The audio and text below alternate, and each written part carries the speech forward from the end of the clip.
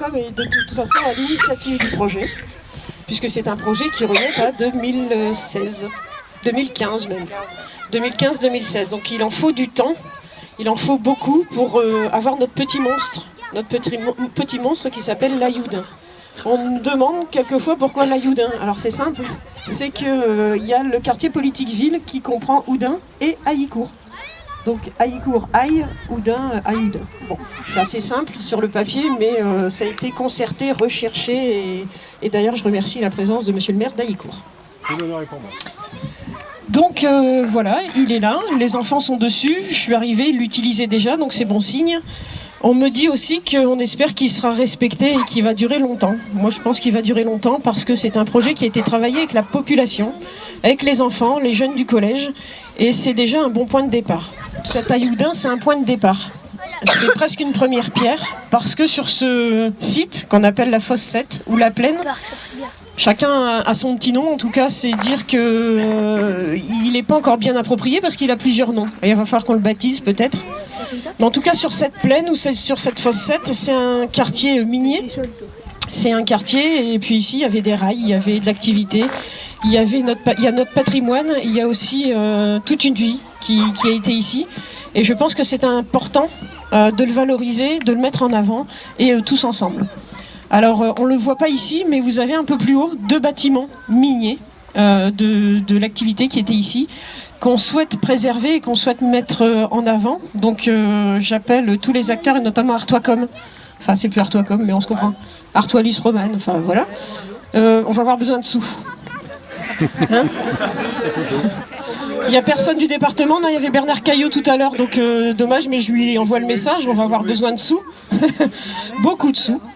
Le projet qui est pour l'instant sur le papier, je dis bien qu'il est absolument pas figé, c'est 3,5 millions d'euros. Oui, ouf, ça fait beaucoup de voitures, tout ça et beaucoup de maisons. Et des vélos.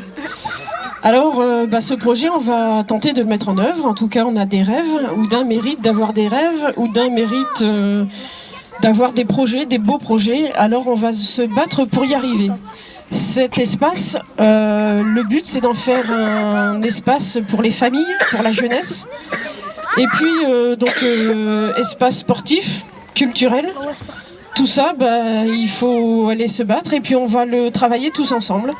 Donc prochainement, vous verrez apparaître le projet sur le papier. Je le répète, il n'est pas figé, c'est des idées. Certains parlent de piscine. Ah ouais. Parc d'attraction aussi.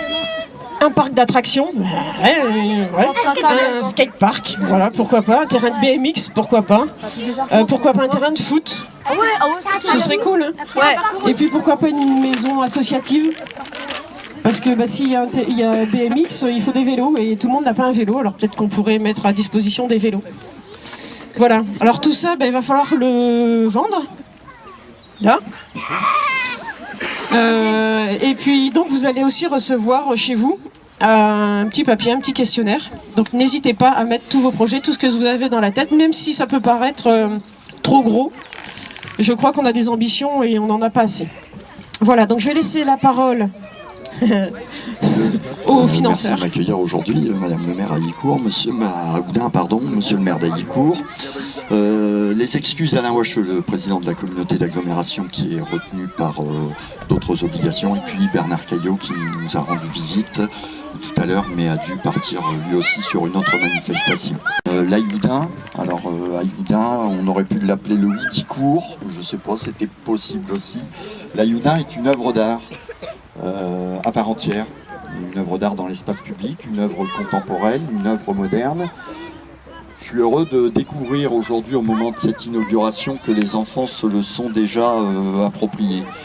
On est dans une démarche qui consiste à faire participer les habitants du quartier, à leur proposer de construire ensemble, ça s'appelle l'éducation populaire, de construire ensemble les choses de manière à ce qu'ils aient la maîtrise de leur environnement